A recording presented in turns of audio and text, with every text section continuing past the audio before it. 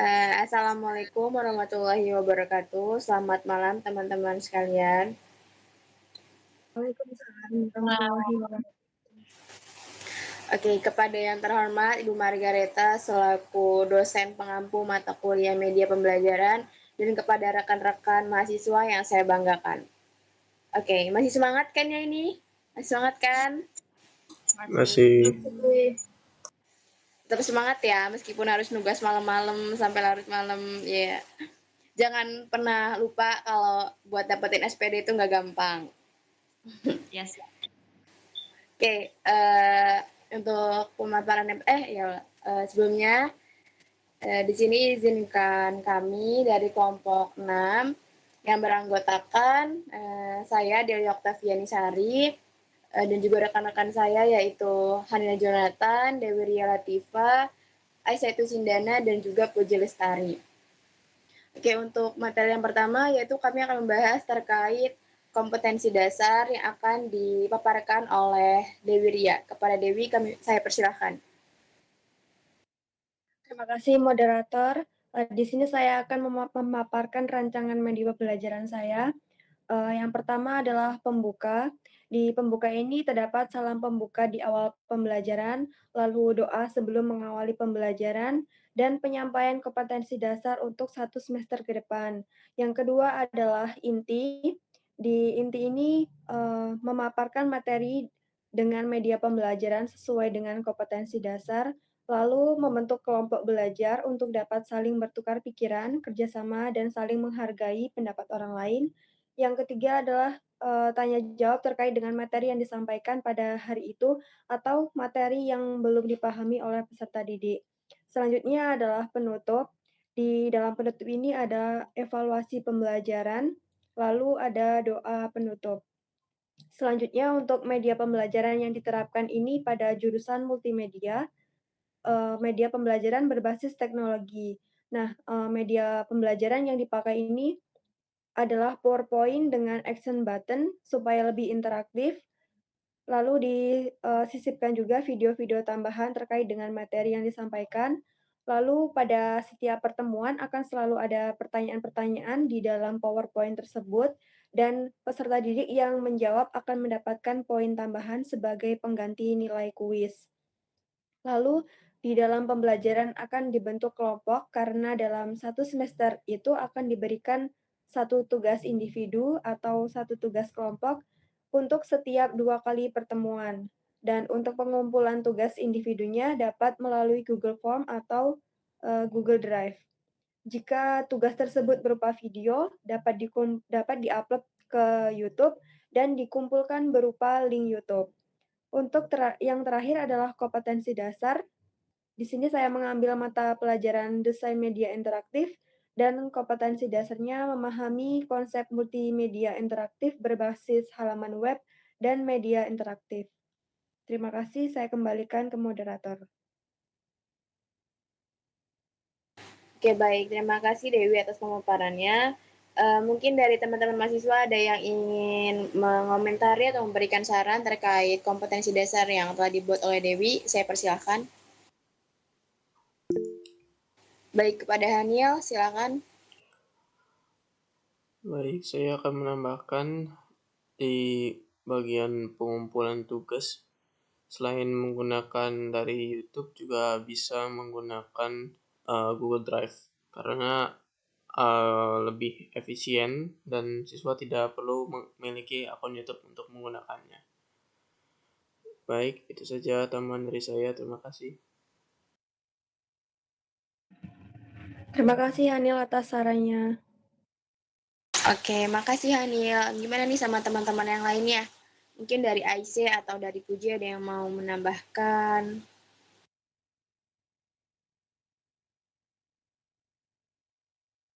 Udah ya ini, gak ada yang mau nanya lagi? Oh, tunggu. Aku mau nambahin dong. Silahkan. Oke, jadi kan di media pembelajaran ini kan yang di poin 2 kan setiap pertemuan selalu ada pertanyaan yang tersedia di dalam PowerPoint gitu. Jadi aku mau ngasih masukan, jadi untuk media pembelajaran itu untuk kuis itu nggak hanya melalui PowerPoint aja gitu, jadi bisa melalui Quizizz gitu, biar bisa lebih bervariasi dan juga kan kalau untuk poin di Quizizz kan bisa langsung terlihat gitu poinnya.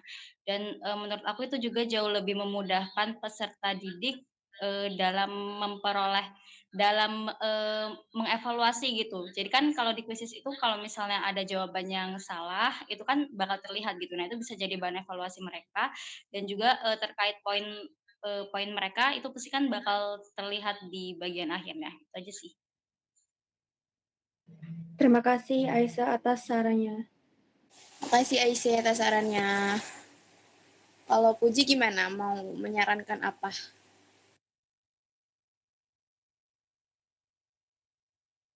Oke, mungkin cukup ya.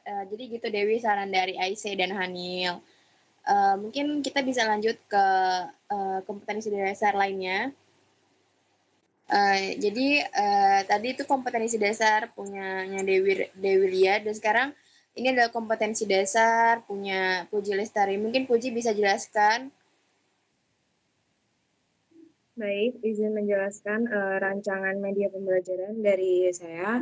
Yang pertama itu ada pembukaan. Untuk pembukaannya sendiri, yang pertama itu ada salam pembuka. Lalu kita berdoa sebelum memulai pembelajaran. Setelah itu saya akan memaparkan KD untuk pertemuan minggu ini. Lalu selanjutnya yaitu inti. Yang pertama itu memaparkan materi dengan media pembelajaran yang dipilih. Lalu setelah itu tanya jawab mengenai materi yang kurang jelas.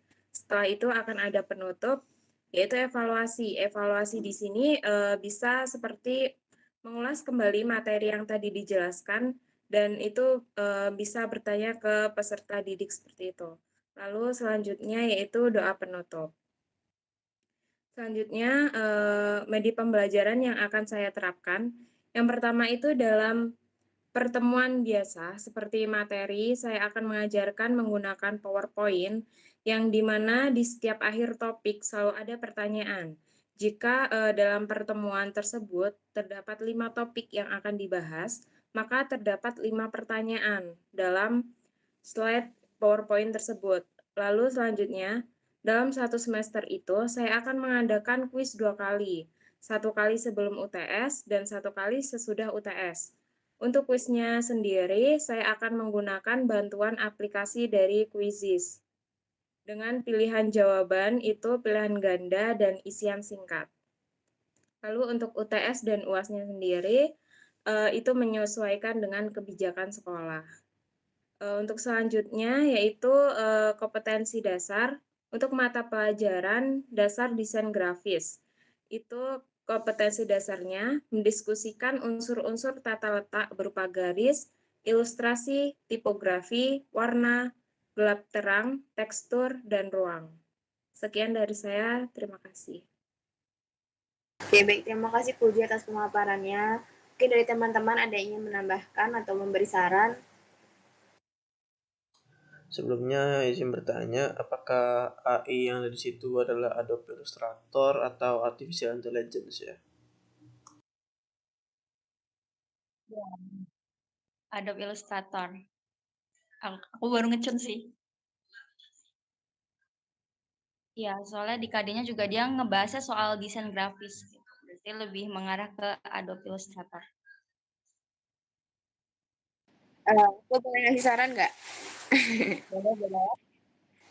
Mungkin saran aku, kan itu kan pertemuan kan 5 topik, 5 pertanyaan. Mungkin ada satu pertemuan atau 2 pertemuan itu yang nggak dikasih pertanyaan, tapi lebih dikasih kayak buat rangkuman atau resum kayak gitu dari materi yang dipelajarin. Jadi nggak monoton melulu tentang pertanyaan gitu. Baik, terima kasih ada. Jadi dari teman-teman yang lain, dari Aisyah, Hanil, atau Dewi mau memberi saran? Oke Dewi, silahkan. Baik, izin memberikan saran untuk pemaparan dari KD itu mungkin bisa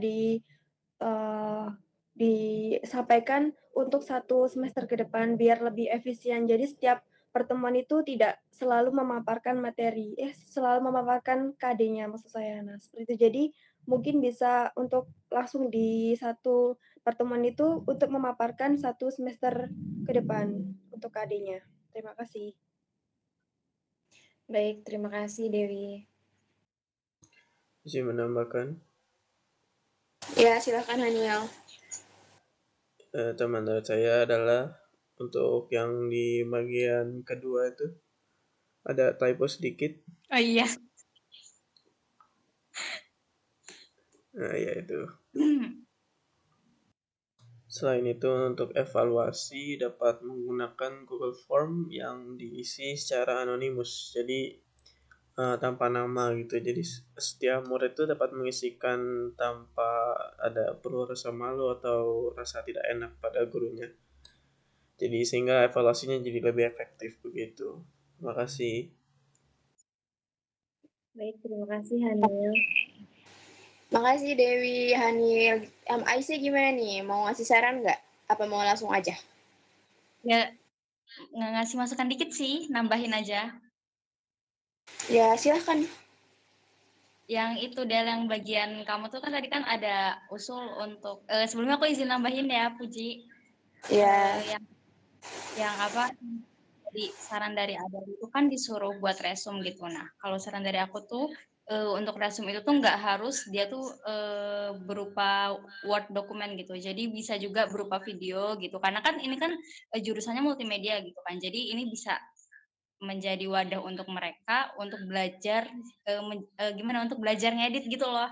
Jadi untuk penyampaian resume itu bisa melalui video juga gitu. Bisa ditugaskan dengan menggunakan media video gitu sih kalau saran aku gitu. Baik, terima kasih Aisyah dan teman-teman atas masukannya. Baik, mungkin cukup ya untuk 2 kompetensi dasar dari Dewi dan juga dari Aisyah yang telah kita komentari sama-sama. Baik, selanjutnya kita akan lanjut ke materi yaitu mengenai analisis kebutuhan media. Materi yang pertama yaitu mengenai analisis kurikulum yang akan disampaikan oleh Dewi Ria. Kepada Dewi dipersilahkan. Baik, terima kasih moderator. Di sini saya akan menjelaskan terkait dengan analisis kurikulum. Yang pertama ini ada kejelasan media dengan tujuan pembelajaran. Nah, maksud dari kejelasan media dengan tujuan pembelajaran ini adalah media yang kita buat itu harus jelas dan harus relevan dengan kurikulum yang berlaku di sekolah. Media pembelajaran itu juga harus berhubungan atau sesuai dengan tujuan pembelajaran pada RPP yang kita buat. Selain itu juga harus disesuaikan dengan bahan ajar yang telah dibuat sebelumnya. Yang kedua ini ada kesesuaian media dengan KI, KD, dan IPK. Maksudnya di sini media pembelajaran yang kita susun itu harus sesuai dengan kompetensi inti, kompetensi dasar, dan indikator pencapaian kompetensi yang telah dirancang pada RPP dan dijabarkan pada bahan ajar yang telah kita buat. Yang ketiga, kesesuaian media dengan materi. Untuk media pembelajaran ini yang harus digunakan harus sesuai dengan materi yang akan dijelaskan pada saat itu. Selanjutnya, konsistensi tujuan materi dan evaluasi. Di sini maksudnya tujuan materi itu harus konsisten dengan media yang digunakan serta evaluasi yang diberikan itu dalam bentuk penilaian atau asesmen. Cukup dari saya kembalikan ke moderator. Baik, terima kasih Dewi atas pemaparannya. Mungkin kepada teman-teman ada yang ingin memberi masukan atau ingin membagi informasi. Oke. Baik, kepada Haniel. Persilahkan. Baik, teman dari saya adalah bahwa analisis kurikulum ini berarti kita sebelum memulai pelajaran, kita akan menganalisis dulu bahan ajar yang akan kita gunakan, terutama medianya. Terutama dalam media pembelajaran ini kan kita membahas media. Berarti media yang kita gunakan ini apakah sesuai atau tidak dan kesiapan kita dalam menggunakannya dan sebagainya. Baiklah, itu saja dari saya kembalikan kepada moderator. Ya, saya sepakat sih dengan Haniel. Saya juga sepakat. Oke, mungkin untuk mengefisiensikan waktu, kita langsung next slide aja ya teman-teman. Karena udah malam nih, besok kan kita kuliah. Oke, materi selanjutnya itu mengenai analisis kebutuhan yang akan disampaikan oleh AIC. Kepada AIC dipersilahkan. Oke, baik. Terima kasih atas kesempatannya kepada moderator Adel. Di sini saya akan sedikit memaparkan dan menjelaskan terkait analisis kebutuhan. Nah, untuk analisis kebutuhan itu yang pertama ada kesesuaian karakteristik sasaran media. Jadi itu maksudnya kan setiap media itu pasti punya sasaran gitu. Misal ya sasarannya itu adalah siswa gitu dan karakteristik siswa itu berbeda-beda gitu dan tingkatannya pun berbeda-beda gitu. Jadi guru selaku yang membuat suatu media pembelajaran tersebut harus bisa menyesuaikan dengan karakteristik siswa yang sangat beragam gitu. Mana karakteristik yang dominan, bagaimana cara belajar mereka itu harus disesuaikan dengan media pembelajaran yang dibuatnya. Oke, terus selanjutnya media pembelajaran yang menarik gitu. Jadi untuk membuat suatu media pembelajaran itu harus ya yang menarik gitu, baik itu dikasih gambar atau video yang bisa menarik perhatian siswa gitu, khususnya untuk, anak-anak yang masih di bawah umur, khususnya untuk anak TK, anak PAUD gitu. Mereka kan lebih dominan suka hal-hal yang berbau visual gitu, bukan suka gambar. Jadi, sebagai seorang guru mungkin bisa, mempercantik desain media pembelajaran tersebut supaya bisa membuat, siswa itu lebih menarik lebih tertarik untuk belajar. Oke, selanjutnya yaitu kejelasan pesan melalui media pembelajaran gitu. Nah, tentunya, eee, guru membuat media pembelajaran itu, apa yang disampaikan oleh guru itu harus bisa tersalurkan melalui media pembelajaran tersebut kepada siswa gitu. Mungkin supaya lebih mudahnya, guru menjelaskan gitu dan juga di sisi lain guru juga memberi suatu gambar yang mana di situ siswa bisa lebih memvisualisasikan terkait apa yang dijelaskan oleh guru tersebut, gitu. Oke, selanjutnya, mudah digunakan oleh peserta didik gitu. Jadi, maksudnya ketika guru itu memberi suatu media, jangan sampai media tersebut justru mempersulit peserta didik dalam mengaksesnya gitu. Misal, ketika peserta didik itu, diberi suatu link yang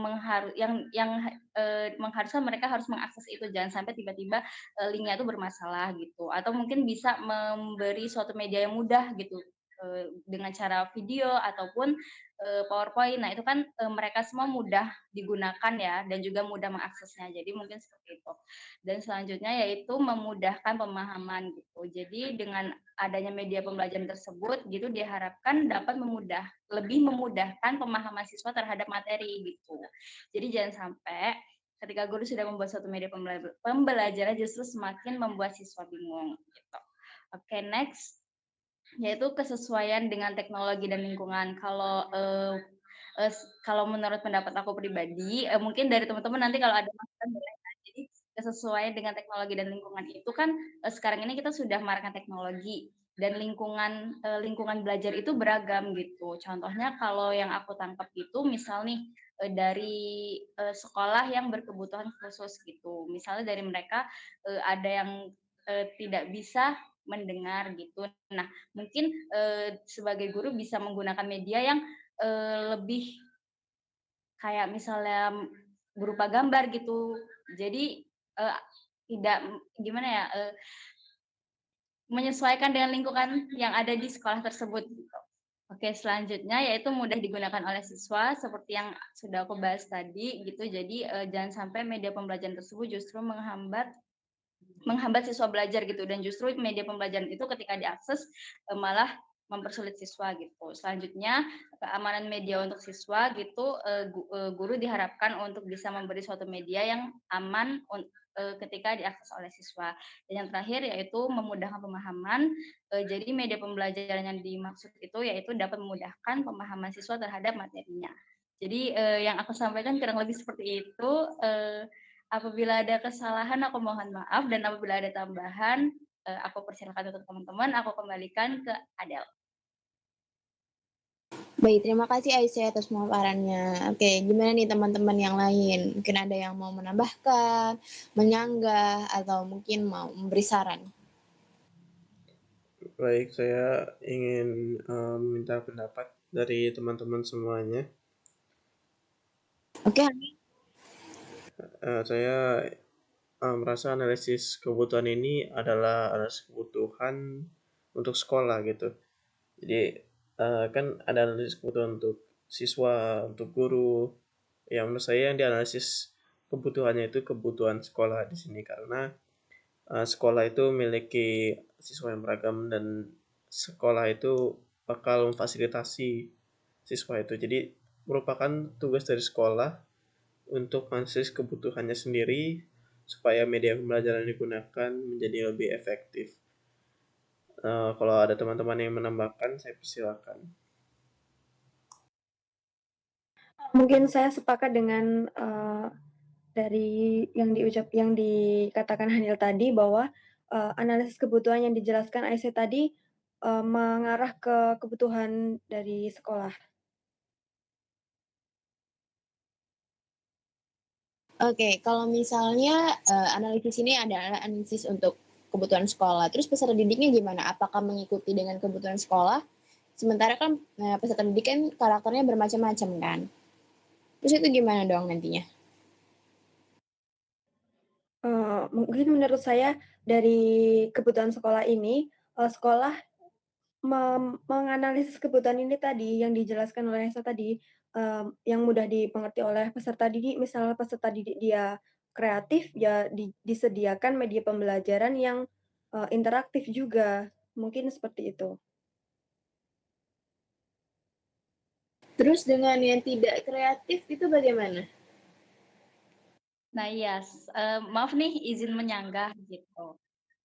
Ya, soalnya kan, di setiap sekolah itu kan karakteristik siswa itu kan berbeda-beda gitu kan. Jadi, dan pastinya tuh, nggak setiap satu sekolah itu tuh memiliki karakteristik siswa yang sama gitu kan. Mungkin kalau emang lebih didominasi kayak, analisis kebutuhannya lebih ke kebutuhan sekolah gitu mungkin, kayak lebih ke ini untuk sekolah yang umum atau untuk sekolah yang berkebutuhan khusus gitu sih, kalau menurut pendapat aku gitu.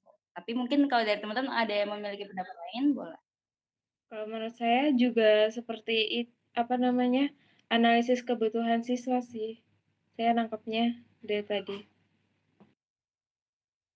Baik, atas teman-teman, saya dapat menyimpulkan bahwa analisis kebutuhan yang sedang kita bahas saat ini ya adalah analisis kebutuhan siswa karena setiap siswa itu memiliki kebutuhan berbeda-beda sehingga kita sebagai guru perlu memahaminya.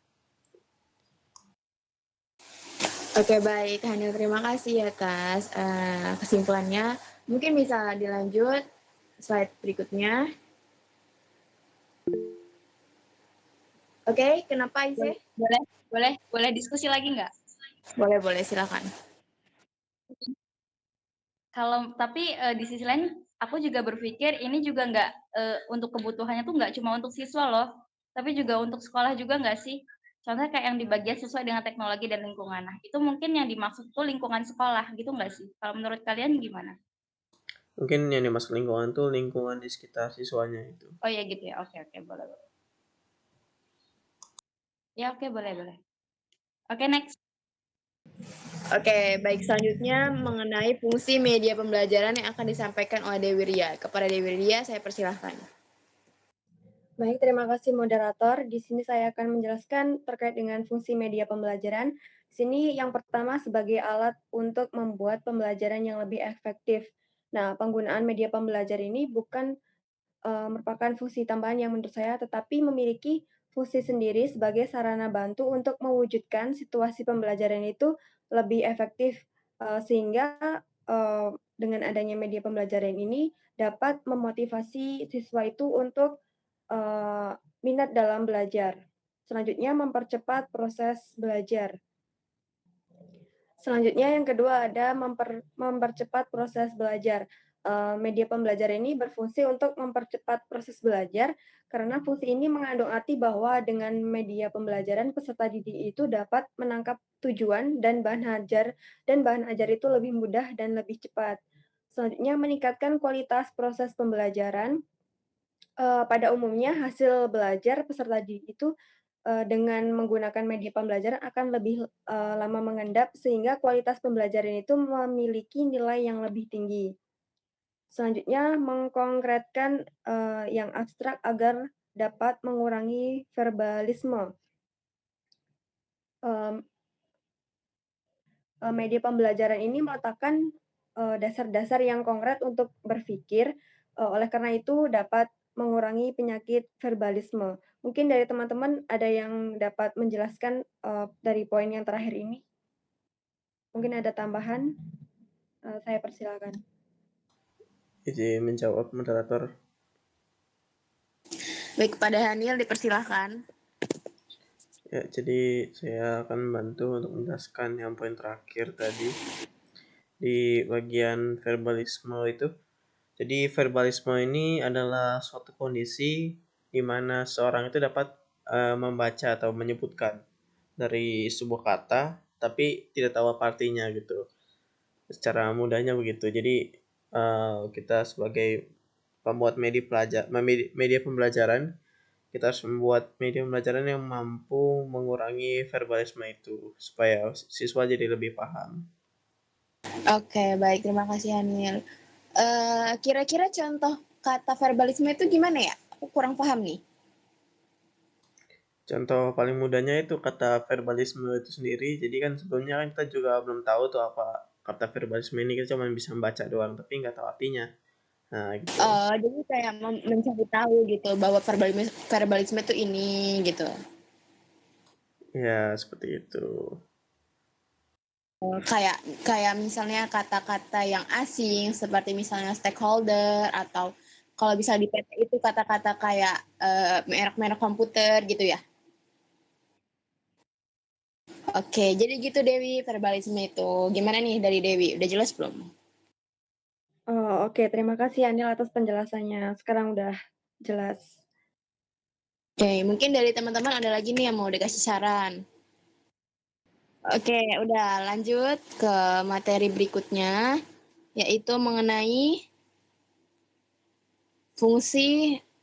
manfaat media pembelajaran bagi guru dan orang tua yang akan disampaikan oleh Puji Lestari.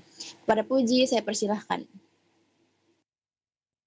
Baik, terima kasih moderator. Saya akan menjelaskan mengenai manfaat media pembelajaran bagi guru dan orang tua. Yang pertama itu memudahkan guru atau orang tua dalam menjelaskan materi yang rumit. Itu bisa kita misalkan, misalnya kita sebagai guru akan menjelaskan contoh kegiatan yang menggambarkan sistem demokrasi yang berlaku di Indonesia. Nah, itu contohnya kan kayak pemilu gitu ya. Nah, kita bisa ngejelasin tuh apa yang dimaksud pemilu dan prakteknya itu seperti apa, pelaksanaan pemilu itu seperti apa, melalui media pembelajaran berupa video. Nah, itu menurut saya, itu jauh lebih bisa dipahami oleh peserta didik. Lalu yang kedua, metode pembelajaran yang digunakan bisa lebih bervariasi. Nah, untuk metode pembelajaran yang bervariasi ini akan membuat peserta didik itu tidak bosan sehingga materi pelajaran yang disampaikan itu dapat diterima dengan senang, antusias, dan dapat diserap tentunya. Lalu yang ketiga itu efisiensi dalam penggunaan waktu dan tenaga. Itu bisa kita misalkan contoh sederhananya itu seperti kita mengajarkan misal macam-macam jenis harimau gitu kan kepada peserta didik. Nah, kita tidak perlu menyempatkan waktu untuk melihat harimau di kebun binatang, tapi kita bisa memperlihatkan gambarnya atau memperlihatkan video-video yang berkaitan. Lalu yang selanjutnya itu dapat lebih mudah memfokuskan perhatian anak pada materi yang sedang dipelajari. Nah, untuk memfokuskan perhatian anak ini bisa kita menggunakan alat peraga. Nah, alat peraga ini fungsinya itu bisa menarik perhatian peserta didik. Lalu untuk selanjutnya menata suasana kelas atau rumah agar lebih hidup dan interaktif. Itu kalau menurut saya misalnya seperti belajar sambil bermain game. Seperti perkuliahan kita sebelumnya yaitu di pertemuan 4 itu kita bermain game di mana siapa yang kalah dia harus ngejawab pertanyaan mengenai materi yang dipelajari hari itu. Nah, metode pembelajaran tersebut menurut saya sangat berhasil menghidupkan suasana kelas dan sangat interaktif. Lalu selanjutnya membuat anak menjadi lebih aktif di kelas atau rumah dan tidak mudah merasa bosan di kelas atau rumah. Nah, untuk manfaat yang ini, menurut saya masih ada kaitannya dengan penggunaan media pembelajaran yang bervariasi. Penggunaan metode mengajar yang bervariasi ini akan membuat siswa mengikuti pelajaran dengan bersemangat dan untuk berpartisipasi aktif. Mereka akan berpikir dan secara tanpa sadar mereka telah tenggelam dan terlibat aktif dalam pembelajaran. Lalu yang terakhir itu tercapainya tujuan kegiatan belajar mengajar secara afektif. Nah, kemampuan guru dalam menerapkan media pembelajaran dengan tepat itu akan membuat peserta didik memiliki pemahaman yang baik tentang materi yang diajarkan. Nah, apabila peserta didik ini memiliki pemahaman yang baik terkait materi yang dipelajari, besar kemungkinan tujuan pembelajaran akan tercapai dengan efektif dan efisien.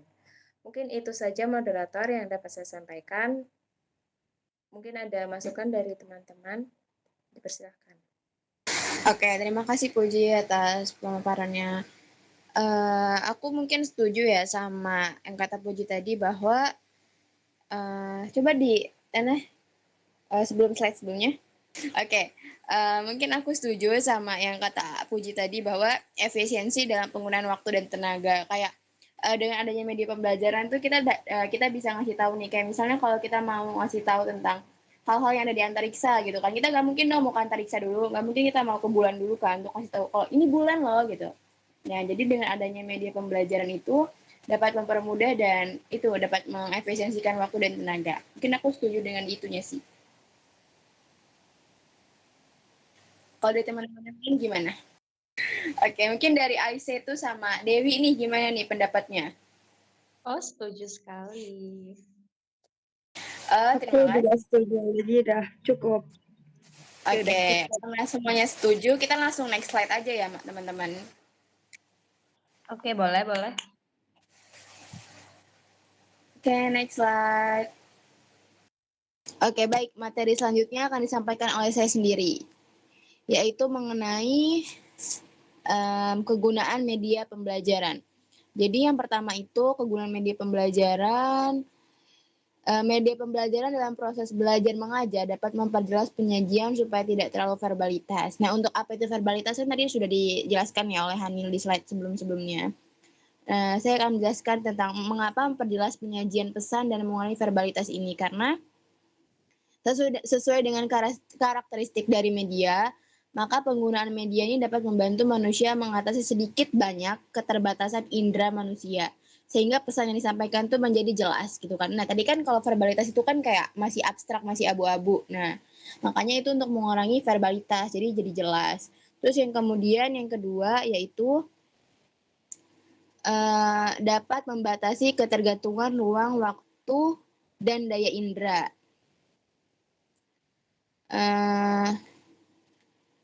Jadi manusia itu kan memiliki keterbatasan indera untuk bisa memahami tentang seluk-beluk lingkungan kehidupannya.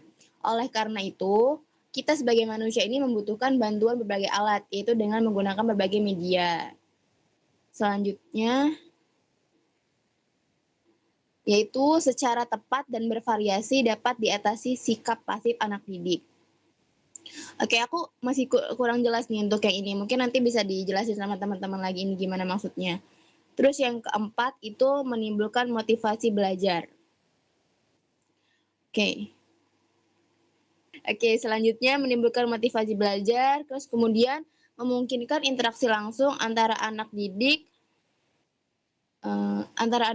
dengan lingkungan.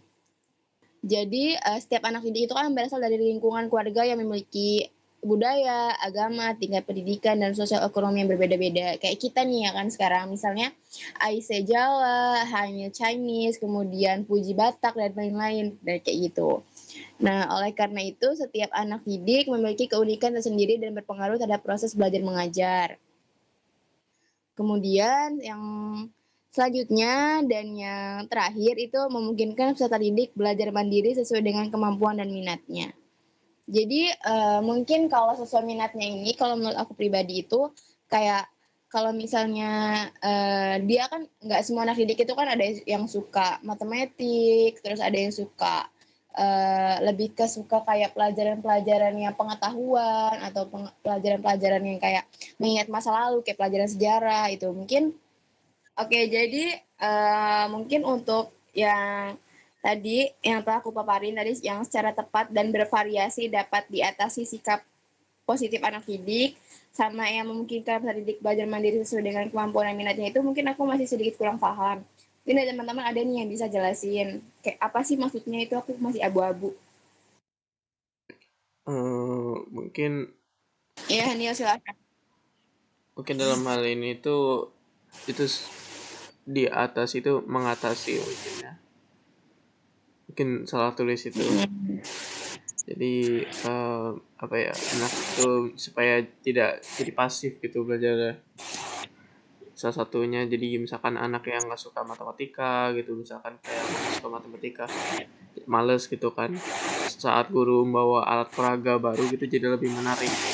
Apa misalnya bentuknya, ada warnanya dan lain-lain gitu. Oke.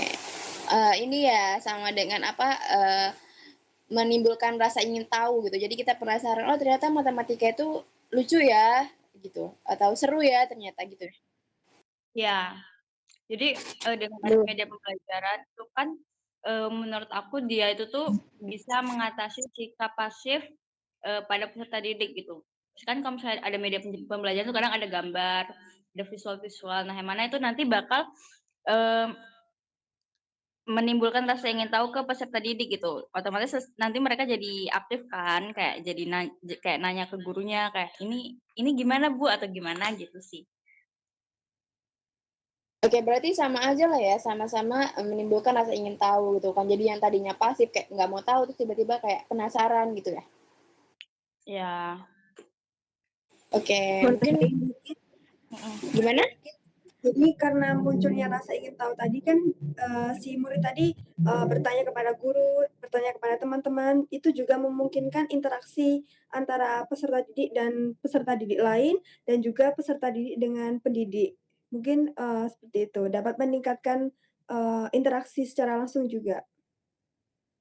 Iya benar. Oke, terima kasih teman-teman atas penjelasannya.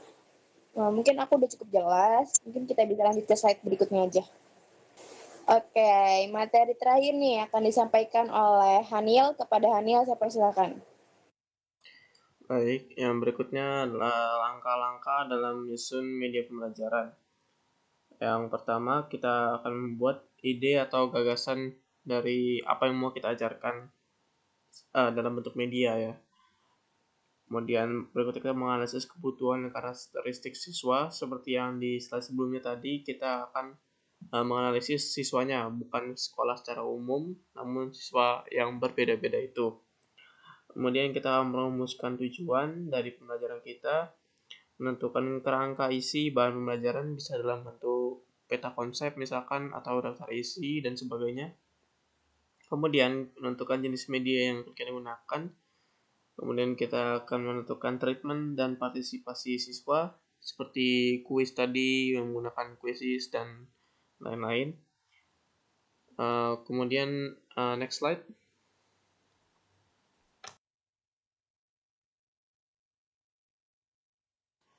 Oke, berikutnya kita membuat sebuah storyboard. Kalau kita lihat di industri-industri film gitu, kita akan lihat alur ceritanya yang biasanya ada di papan tulis begitu ya. Nah, kita membuat rancangan kemana arah pembelajaran kita dari awal hingga akhir gitu. Kemudian menentukan bahan ajar atau alat yang digunakan. Bisa juga menggunakan alat yang mudah ya seperti LCD, laptop. Kemudian penyuntingan. Sebelum kita mengeluarkan media kita ini kepada siswa, kita harus mengeditnya supaya menjadi lebih efisien dan hemat waktu. Kemudian dilakukan uji coba bisa dengan siswa atau dengan rekan-rekan dosen lainnya atau guru lainnya. Kemudian yang terakhir adalah melaksanakan kegiatan dan mengevaluasi media pembelajaran. Jadi setelah pembelajaran itu selesai, dievaluasi apakah media pembelajaran itu berhasil atau tidak. Gitu saja dari saya kembalikan pada moderator. Oke, baik. Terima kasih Hani atas penjelasannya. Berarti dalam pembuatan media pembelajaran ini, kita nggak boleh asal-asal ya, kayak tadi kita harus menentukan karakteristik siswa dulu, kemudian kita juga harus punya ide atau gagasan, kemudian berbagi harus uji coba, kayak gitu kan? Iya, betul. Oke, gimana nih dari teman-teman? Kira-kira ada yang mau dikasih saran nggak? Ada yang mau ngasih saran nggak? Kalau tanya boleh nggak? Boleh, boleh banget. Kalau handle presentasi boleh. Oke, jadi mungkin pertanyaannya bukan khusus ke Hana aja, tapi mungkin ke teman-teman semua. Gimana sih cara ngerti kalau media pembelajaran yang kita pakai itu berhasil atau enggak diterapkan di peserta didik yang kita ajar gitu? Oke, gimana nih Hanil? Oke, kalau menurut saya sebuah media itu berhasil dari siswanya. Kalau siswanya mendapat nilai yang bagus tuh berarti Ya, media siap-siap. berhasil. Nah, tapi emang nilai itu nggak menentukan semuanya ya. Apalagi kalau kita di masa ujian online, pasti nggak efektif. Nilai itu tidak jelas apa kebenarannya atau tidaknya. Oleh karena itu kita memerlukan metode lain. Gimana yang lain? Bener banget sih sebenarnya kalau baik online maupun offline itu media pembelajaran itu belum tentu berhasil. Maksudnya kayak nilai besar itu belum tentu dia ngerti gitu loh. Mesti sekarang itu kan ya you know lah. I know. Udah gimana nih? Cukup?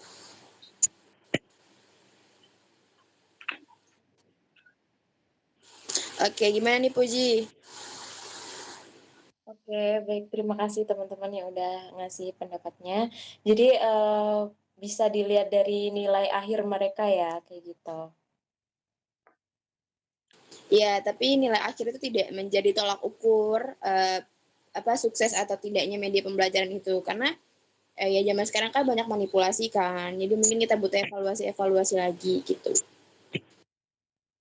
Oke, terima kasih. Oke, kalau dari teman-teman nggak ada yang mau bertanya lagi, mungkin aku cukupin ya presentasi kita pada malam hari ini. Mungkin aku tutup langsung.